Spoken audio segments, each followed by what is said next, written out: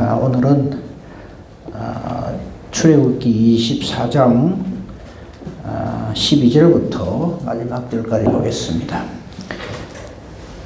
이제 하나님께서는 모세를 통해서 시내산 언약을 다시금 선포하십니다. 어제 살폈습니다만 이 시내산 언약은 전혀 새로운 것이 아닙니다. 새로운 것이 아닌데 이 말씀을 통해서 다시금 깨달아 알게 해주시고 다시 한번 우리로 하여금 말씀을 바로 깨달아 알고 다시 한번 은혜를 주시고 기회를 주시는 거다 이렇게 생각하고 이 말씀을 이렇게 대하면 되겠습니다. 그 다음에 이제 12절부터 보시면요, 제목이 이렇게 나와 있죠. 시내산에서 40일을 있다.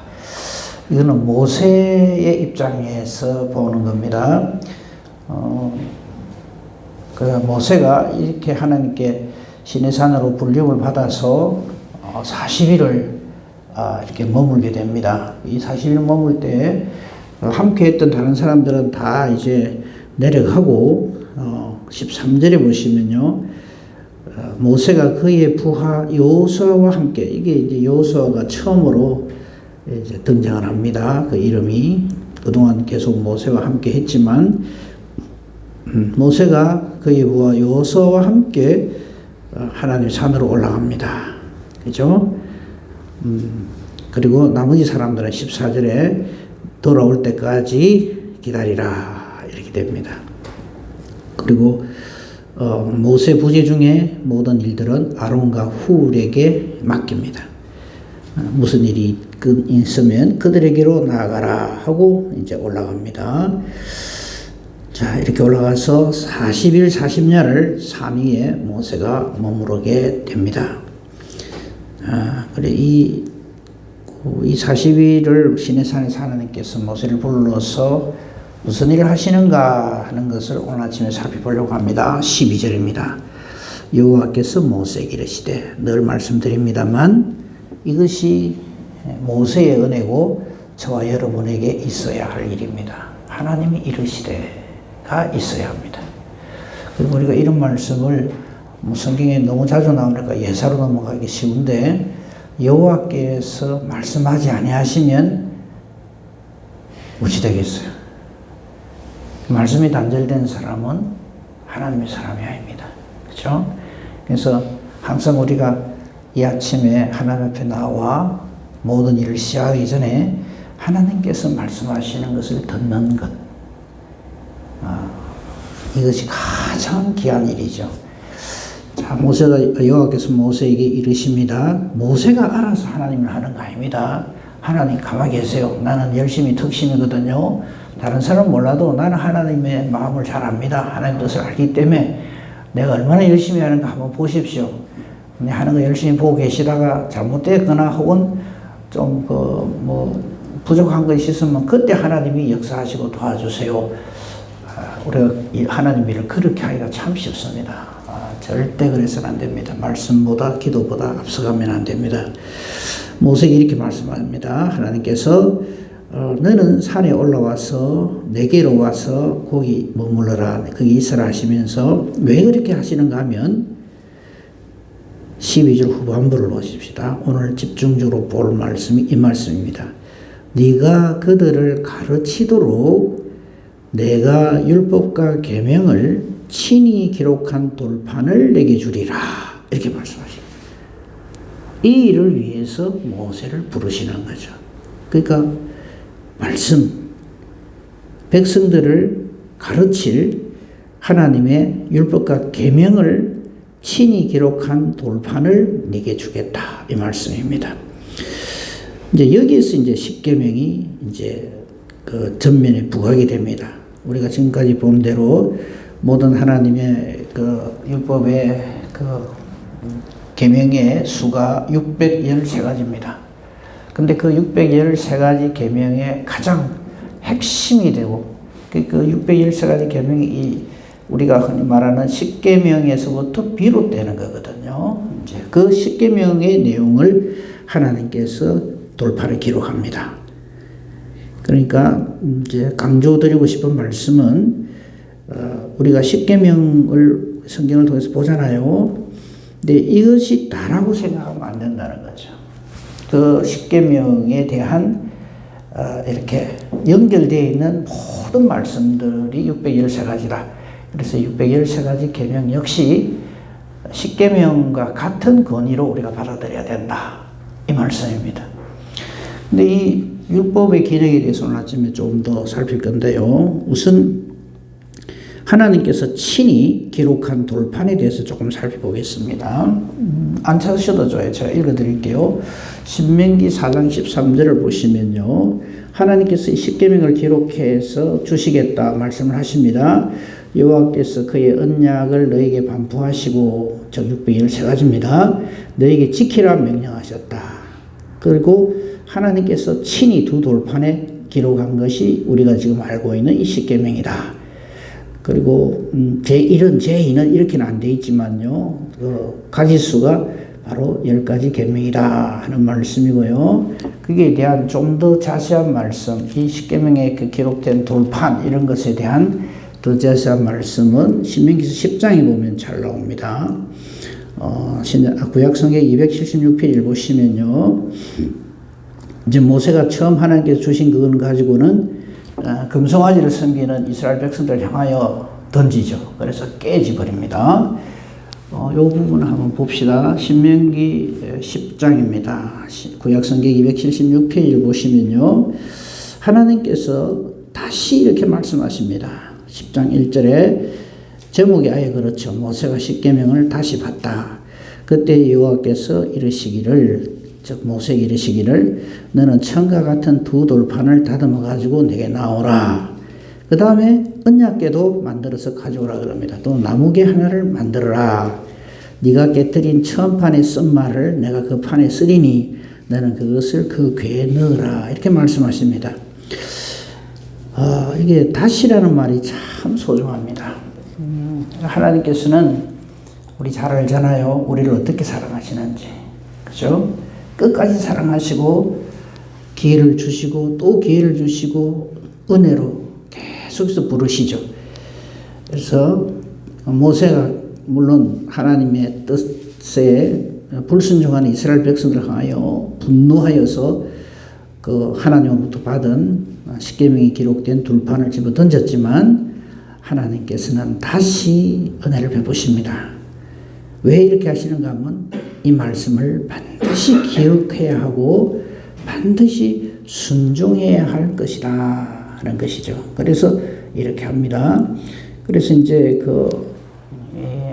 하나님께서 직접 기록해 주신 그 돌판이 그 돌판을 어디에 넣는가 하면 언약궤 안에 넣죠. 그게 5절입니다. 5절 보시면요. 내가 돌이켜 산에서 내려와서 여호와께서 내게 명령하신 대로 그 판을 즉 십계명에 기록된 돌판을 내가 만든 궤에 넣었더니 그게 바로 언약궤죠. 이 언약궤 안에 들어가는 게 세 가지 있죠. 그죠? 그 잘 기록되어 있는 게 히브리서에 잘 나와 있어요. 안 찾으셔도 좋습니다. 제가 읽어드릴게요. 히브리서 9장 4절에 보시면요. 언약궤 안에 들어가 있는 그 세 가지가 기록되어 있습니다. 9장 3절부터 보겠습니다. 둘째 휘장 뒤에 있는 장막을 지성소라 일컫나니 금향로와 사면을 금으로 싼 언약궤가 있고 즉 지성소 안에요. 그 언약궤 안에 만나 담은 금항아리 아론의 쌍난 지팡이 언약의 돌판들 이렇게 세 가지가 들어 있습니다. 그렇죠? 이번 다음에 또 할 기회가 있으리라고 생각을 합니다. 이제 이렇게 기록되어 있는데요. 근데 지금도 그러면 그게 그대로 있는가? 지금은 그렇게 되어 있지 않습니다. 이미 열왕기상 8장에 보시면요. 안 찾으셔도 좋아요. 제가 읽어드릴게요. 열왕기상 8장 그 9절에 보면 이 8장 자체가 솔로몬이 이제 성전을 하나님 앞에 짓고 그리고 하나님 언약궤를 성전으로 옮기는 내용이 열왕기상 8장에 기록되어져 있습니다. 근데 그때 이 언약궤와 그 언약궤 안에 있는 것에 대한 기록이 나옵니다. 예, 열왕기상 8장 9절을 보시면요. 그 궤 안에는 두 돌판 외에 아무것도 없다. 이렇게 되어 있습니다. 세 가지 들어있었는데 나머지 두 가지는 없어져 버리고 두 돌판만 남아있다. 이제 이렇게 기록이 되어져 있습니다. 근데 이제 사람들은, 그 호기심이죠. 쓸데없는 호기심이 굉장히 많아요. 그래서 지금 언약궤가 어디 있냐? 그렇죠? 그래가지고 그 언약궤를 찾아다닙니다. 우리가 하나님을 섬기는 것은, 예수를 믿는 것은 이런 유물들을 찾아다니는 것이 아닙니다. 그 유명한 영화들이 있잖아요. 그죠? 성결을 찾아서 이런 것들 있잖아요. 그죠? 그런 영화도 만들고 이러는데, 우리가 구원받는 것은 이때 하나님께서 모세를 통해서 주신 돌판이나, 아론의 쌍난 지팡이나, 이런 언약궤, 이걸 가지고 있는 것이 하나님을 섬기는 게 아니죠. 근데 우리가 하나님을 섬기고 예수를 믿을 때 자꾸 그런, 정말 본질적인 그 왜 그것에 관심을 가지고 그걸 갖고 있으면 되는 줄 알고. 예수님, 이거는 그냥 지나가는 말입니다만, 예수님 십자가에서 그 허리에 창이 찔리잖아요. 그죠? 이제 그거 갖고 장사꾼들이 이게 예수님을 찌른 창이다 해가지고 그 예수님 찌른 창이 수백 자루랍니다. 이게 진짜로. 그 다음에 또 예수님이 그 속옷 이렇게 제비 뽑아 나눈 거 있잖아요. 그죠? 로마 병정들이. 예수님이 입으셨던 속옷이 수백 벌입니다. 이게 진짜다. 이게 진짜다. 이래가지고. 그거가 있으면 많은데, 제가 그 성경 지리답사 가설을 쓸 적에 예수님 부활하신 자리나, 또 태어나신 자리나, 이 가면 사람들이 줄을 서 있어요. 주로 이제 천주교 저쪽의 분들은 거기 와서 거기에 입 맞추고 하는 그게 막 최고의 영광으로 생각하는 거예요. 근데 성경 어디에도 예수님 부활하신 자리에 가서 입 맞추는 자 천국에 오리라 이런 말 없거든요. 근데 그렇게 해요. 물론 어떤 심령으로 그리 하는지 이해는 됩니다. 열심히 특심이라서. 근데 저는 그런 생각을 해요. 이게 무슨 줄입니까? 하니까 이거 줄 쫙 서가지고 순서 따라 들어가서 입 맞추고 나오는 거 한번 입 맞추고 나오면 막 좋아서 어쩔 줄은 몰라요. 예수님 자체가 좋아야지. 부활하신 자리가 얼마나 귀한 자리죠. 근데 우리가 무엇을 붙들어야 되는가 하는 것을 깨달아 알아야 한다 하는 거죠. 이렇게 율법에 대해서 조금만 더 살펴보겠습니다. 이렇게 십계명을 비롯한 613가지 계명을 주셨어요. 그런데 여기서 우리 본문 다시 출애굽기 24장 12절에 보면 네가 그들을 가르치도록 이것을 기록한 돌판을, 율법과 계명을 친히 기록한 돌판을 준다 그랬거든요.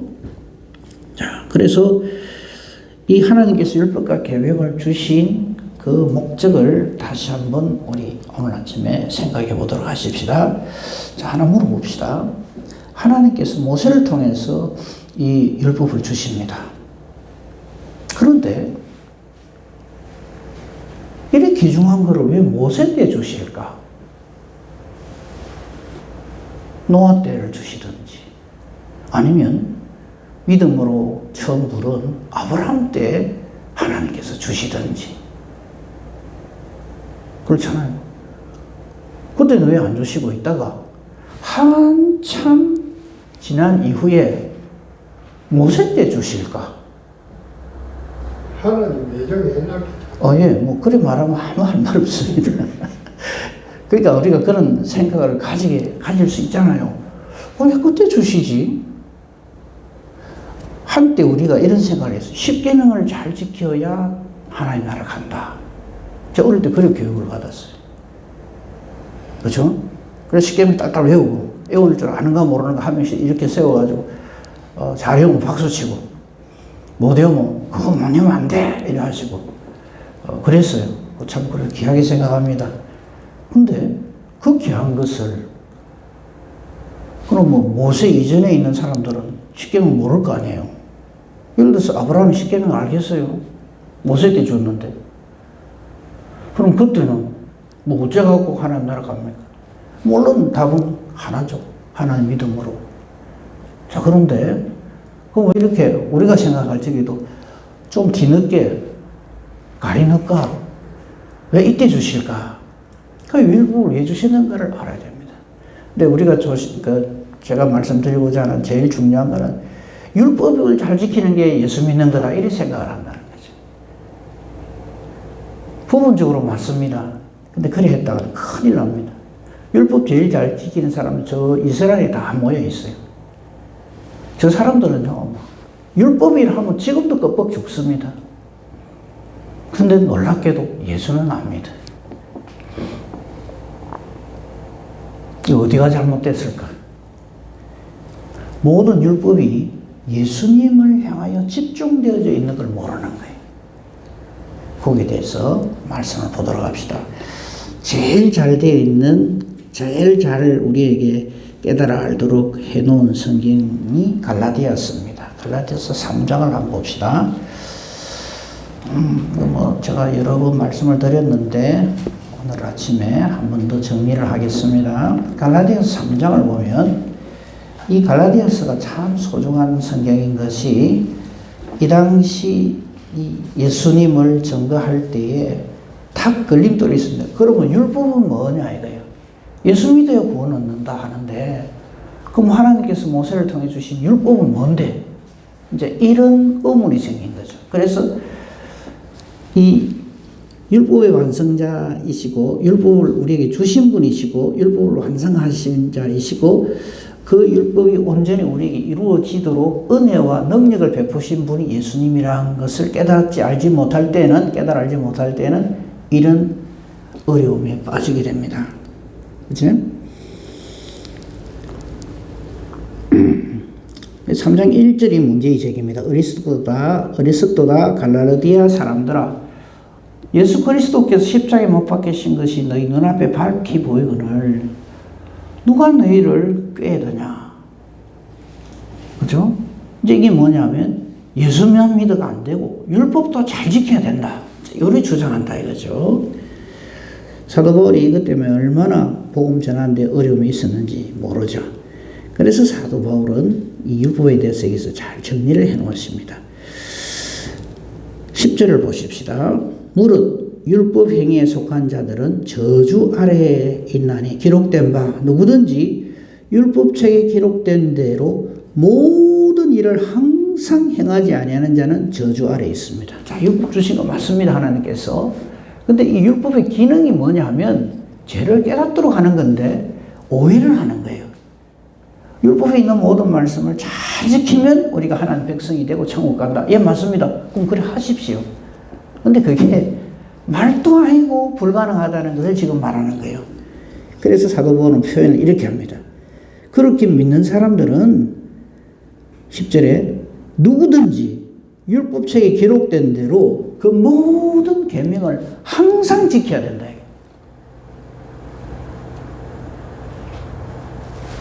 근데 이게 안 되기 때문에 예수님을 주셨는데 율법의 행위로는 없다 하심을 입을 사람이 아무도 없는데 그게 11절이죠. 또 하나님 앞에서 아무도 율법으로 말미암아 어렵게 되지 못할 것이 분명하단 말이죠. 근데 인간들은 그걸 깨달아 알지 못하고 나는 지킬 수 있습니다 이러고 달라드는 거예요. 그 율법을 하나님 왜 주셨는지를 모르는 거예요. 율법을 주신 하나님의 목적은 딱 하나입니다. 19절 보십시오. 중간에 그거 다 생략하고 19절 보십시오. 그런 즉 율법은 뭐냐? 왜 그럼 하나님 율법을 주셨냐? 왜 모세 때 주셨느냐? 범법함으로 더하여진 것이다. 하도 죄를 지으니까. 근데 백성들이 율법이 없으니까 이게 죄인 줄도 몰라. 그래서 이게 죄다 하고 가르쳐 주려고 주신 것이 율법이란 말이죠. 요거 지키면 네가 하나님 나라 온다가 아니란 말이에요. 무슨 말인지 이해가 됩니까? 응? 그래서 주신 게 율법인데 사람들이 이거를 완전히 오해를 하는 거야. 아, 요 계명만 잘 지키면 하나님 나라 가는구나. 예, 맞아요. 근데 그거를 613가지 계명을 항상 언제든지 완벽하게 지키면 된다 이 말이에요. 근데 그게 됩니까? 안 되지.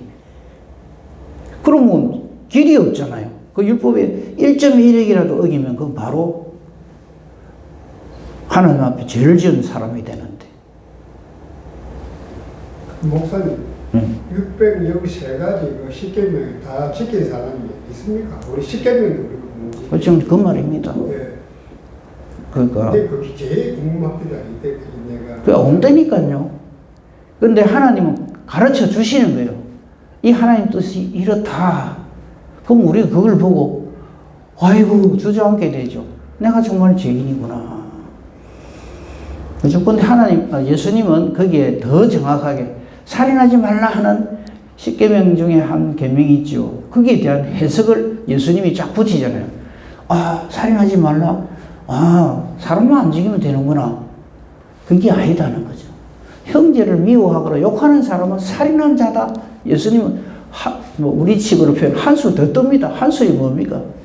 우리를 완전히 뒤로 넘겨버리는 거죠.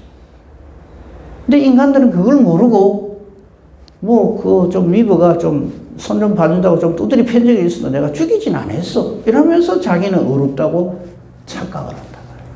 형제를 이렇게 모든 율법과 선지자의 대강령, 율법을 주신 목적, 하나님 사랑, 이웃 사랑, 형제 사랑입니다. 그 사랑으로 하지 않는 모든 게 죄입니다. 자, 하나님 앞에 나와서 예배를 드려요. 근데 입이 뚝 나와가지고, 아이고, 무슨 예배를 이래 자주 드리나? 무슨 설교가 이래 기나? 예배 드리라 해서 드리긴 드리는데 해가지고 하나님 받으시지 않는 예배를 드리면서 나 예배 드렸대요. 그게 죄인 줄 몰라요. 형제를 사랑하라. 오죽하면 그 형제 사랑의 진짜 백이 뭐냐면 네 원수를 사랑하라. 너를 저주하는 자를 위하여 기도하고 그 사람을 위해서 정말 하나님이 우리가 십자가 원수 노릇할 때 예수님 우리 사랑하셨잖아요. 우리가 예지간히 잘해서 사랑한 게 아니고요. 십자가 원수 노릇할 때 사랑하잖아요. 그죠? 그런 것처럼 우리도 나를 미워하는 사람, 나를 저주하는 사람, 내한테 뒷담화하는 사람을 사랑해야 되는데 우리 그리 합니까? 못하죠. 몰라서 그렇지 알면 그 가만히 있겠어요. 가만 안 놔둔다고 달아들죠. 그렇죠? 근데 하나님은 네 원수를 네 몸과 같이 사랑하라 하십니다. 못 이룹니다. 우리는 이룰 수가 없어요. 이룰 수 있는 게 딱 하나 있죠. 나는 죽고 내 안에 예수님 계실 때 됩니다. 그게 예수를 믿는 거라는 거죠. 자, 다시 봅시다. 갈라디아서 3장 19절. 그런즉 율법은 무엇이냐? 범법함으로 죄를 짓기 때문에 다해진 것이다. 그래서 율법은 죄를 깨닫고 이 율법이 하는 최고의 기능이 뭐냐면 우리를 예수님께로 인도하는 거예요. 그게 24절입니다. 이같이 율법이 우리를 그리스도께로 인도하는 초등교사가 돼요. 율법은 우리로 하여금 예수님께로 인도하는 엄청난 최고의 역할을 한단 말이죠. 그런데 율법을 가지고 짜는 거하고 자기를 어렵게 만드는데 사용하니까 이게 됩니까? 이 율법을 통해서 우리가 내게는 정말 예수님이 꼭 계셔야 됩니다. 예수님을 내게 보내주셔서 하나님의 말씀을 내게 이루어지게 해주시니 감사하며 이해야 되는데 예수님은 좀 계시고 나는 예수님 안 오셔도 참 괜찮은 사람이거든요. 이게 예수 믿는 건 줄 알아요.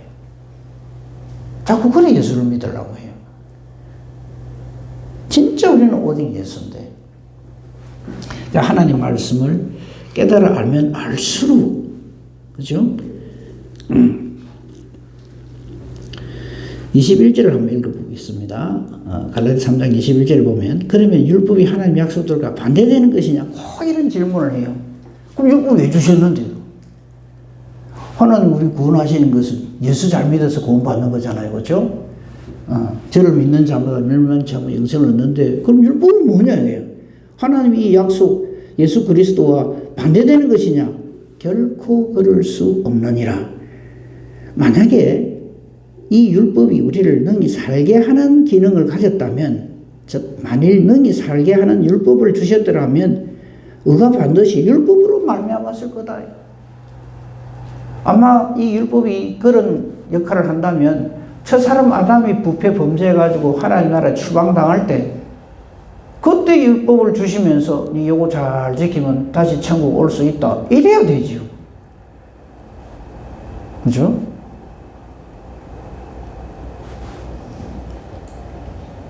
율법을 잘 지켜서 천국 간다고 주장하는 사람들에게는 그게 맞죠. 근데 이 율법을 언제 주시는가? 모세 때 주신다. 그 이유는 이 인간들이 하나님이 언약하신 예수 그리스도를 통해서만 구원을 받는데 이거는커녕 죄를 먹고 마시는데 선수들이 돼버려요. 완전히 사탄의 놀이기가 되기 때문에. 그래서 우선 죄를 깨달아 알아라 하고 주신 것이 율법이란 말이죠. 그래서 율법을 통해서 아, 나는 죄인이구나. 예수 그리스도를 믿음으로 말미암아 내가 구원받는구나 하는 것을 깨달아 알게 해주신다는 거죠.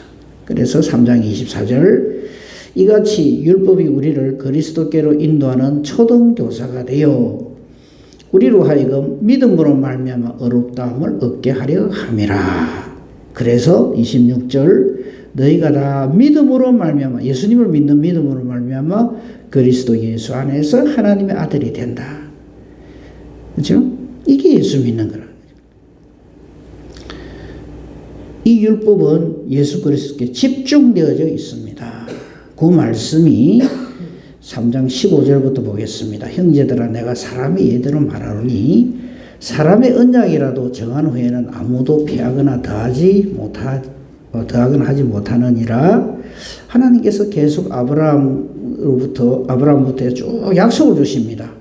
이 약속들은 아브라함과 그 자손에게 말씀하신 것인데 여럿을 가리켜 그 자손들이라 하지 아니하시고 즉 아브라함에게 주신 약속을 잘 한번 보세요.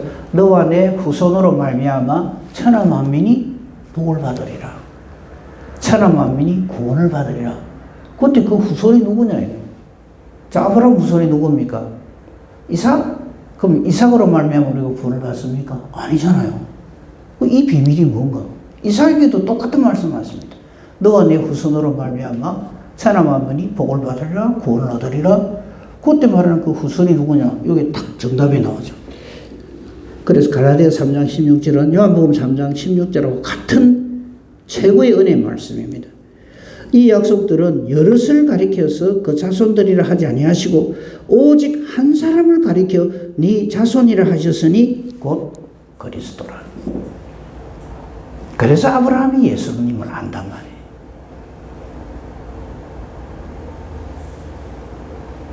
이걸 모르면 자꾸 엉뚱한 소리를 해요. 예수 믿는 거하고 십계명 율법을 잘 지키는 거하고 다른 게인가? 같은 겁니다. 근데 예수를 믿음으로 말미암아 이 하나님의 모든 계명이 우리에게 완벽하게 완성되어지는 거죠. 그래서 우리 예수 믿는 겁니다. 우리는 613가지 계명 다 알지도 못합니다. 10계명 정도는 어째 좀 아는 수가 있어도.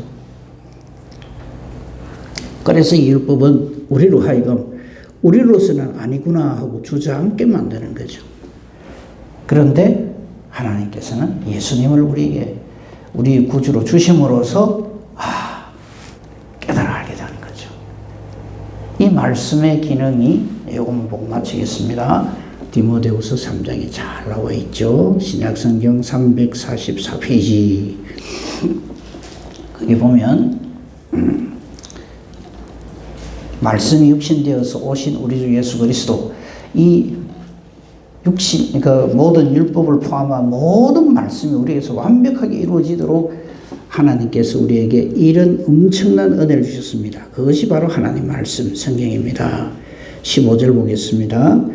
네가 어려서부터 성경을 알았다. 성경은 능히 너로 하여금 그리스도 예수 안에 있는 믿음으로 말미암아. 우리는 이 믿음을 나의 어떠함이라고 자꾸 생각을 해요. 큰일 납니다. 그리스도 예수 안에 있는 믿음입니다. 그래서 이 믿음은 하나님의 선물이에요. 그래서 믿음 하나님께서 머리를 할 때 하나님 내게 남이 없는 각별한 특별한 열심히 특심히 믿음을 주셨다. 예, 그 말도 맞습니다. 근데 진짜 의미가 뭐냐면 예수님을 주셨다 이 말이에요. 선물로 주신 믿음은 바로 예수님이다 이 말이죠. 그래서 이 표현을 하는 거예요. 그리스도 예수 안에 있는 믿음으로 말미암아 구원에 이르는 지혜가 있게 한다. 이게 구원에 이르는 지혜구나. 이게 나를 구원해 주시는 하나님의 은혜요 능력이구나 깨달게 되죠. 이 성경이 예수님을 집중적으로 가리키는데, 그러므로 이거는 사람의 어떠함으로, 성경의 저자가 지금 이 디모데후서 저자는 사도 바울이잖아요. 사도 바울의 자기 개인 생각 사상이 아니에요. 모든 성경은 하나님의 감동으로 된 것을, 우리는 이거를 성령으로 감동된 영감으로 된 이렇게 표현을 하죠.